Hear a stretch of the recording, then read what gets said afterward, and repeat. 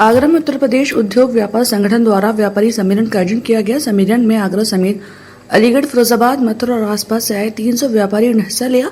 उत्तर प्रदेश सरकार में आबकारी मंत्री और उद्योग व्यापार संगठन के प्रदेश अध्यक्ष नितिन अग्रवाल ने भाजपा सरकार में व्यापारियों के हितों में किए जा रहे कार्यों के बारे में बताया। आबकारी मंत्री ने कहा, सपा सरकार ने व्यापारियों से वसूली और उत्पीड़न किया, जबकि भाजपा सरकार व्यापारियों को सुरक्षा और सम्मान दे रही है।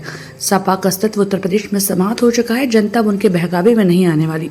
प्रदेश की जनता का उन पर भरोसा ही नहीं कर रही। रामचरितमानस पर पूर्व मंत्री स्वामी प्रसाद मौर्य द्वारा दिए गए बयान पर उनका कहना था कि वे चर्चा में रहने के लिए विवादित बयान देते हैं। शराब माफिया और कच्ची शराब बाने पर नकेल कसी है। संलिप्त लोगों की सूचना मिलने पर सीधे एफआईआर कराई जाती है। मैं पूरे प्रदेश में हर जनपद में व्यापारी सम्मेलन कर रहा हूं और हम लोग का लक्ष्य केवल एक ही है कि आगे आने वाले लोकसभा चुनाव में व्यापारी वर्ग एकजुट होकर भाजपा के साथ, अरे भाई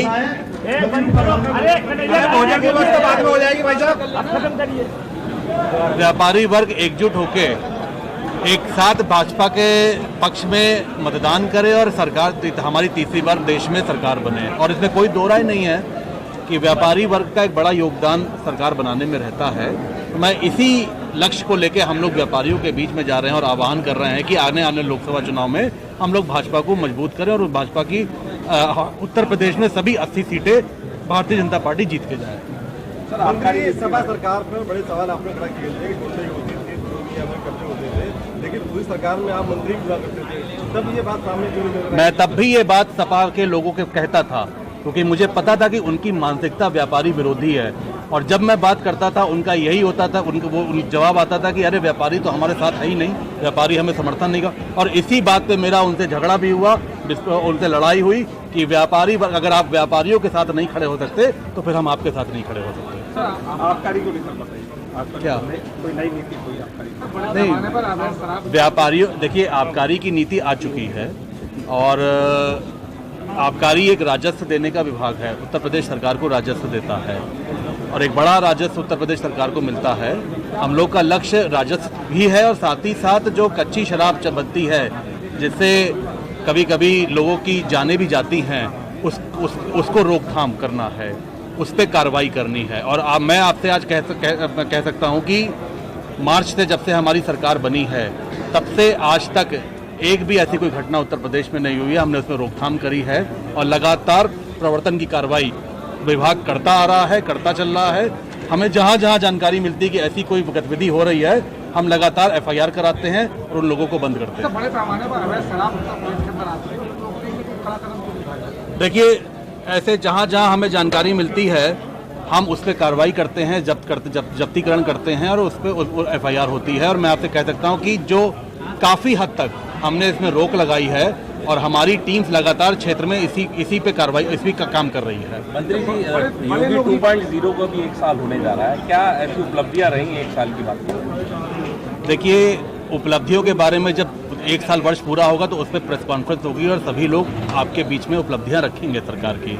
लेकिन मैं आपसे ये बस इतना ही कहूँगा कि योगी 2 की सरकार में जो हमारा संकल्प पत्र था और हमने जो जनता के बीच में अपने आगामी 2024 के लोकसभा चुनावों का जिक्र करते हुए आबकारी मंत्री ने व्यापारियों से अपील की कि भाजपा की नीतियों को व्यापारी जनता तक पहुंचाएं, साथ ही व्यापार राजनीति में आगे भी आएं। उत्तर प्रदेश में व्यापारी एकजुट होकर प्रदेश की सभी 80 लोकसभा सीटों पर भाजपा प्रत्याशियों को बहुमत से जिताने का काम करें। संकल्प पत्र को चुनाव के पहले रखा था। इस 1 वर्ष में ही करीब हम 80% से ज्यादा वादों को हम पूरा कर चुके हैं, ताकि जब 1 वर्ष पूरा होगा तो विस्तार से मीडिया के सामने उन चीजों को व्यापारी हित में बड़ा काम क्या हुआ है? व्यापारी हित में बड़ा काम क्या हुआ 1 साल? सुरक्षा। व्यापारी को सबसे ज्यादा क्या चाहिए आज? सुरक्षा चाहिए।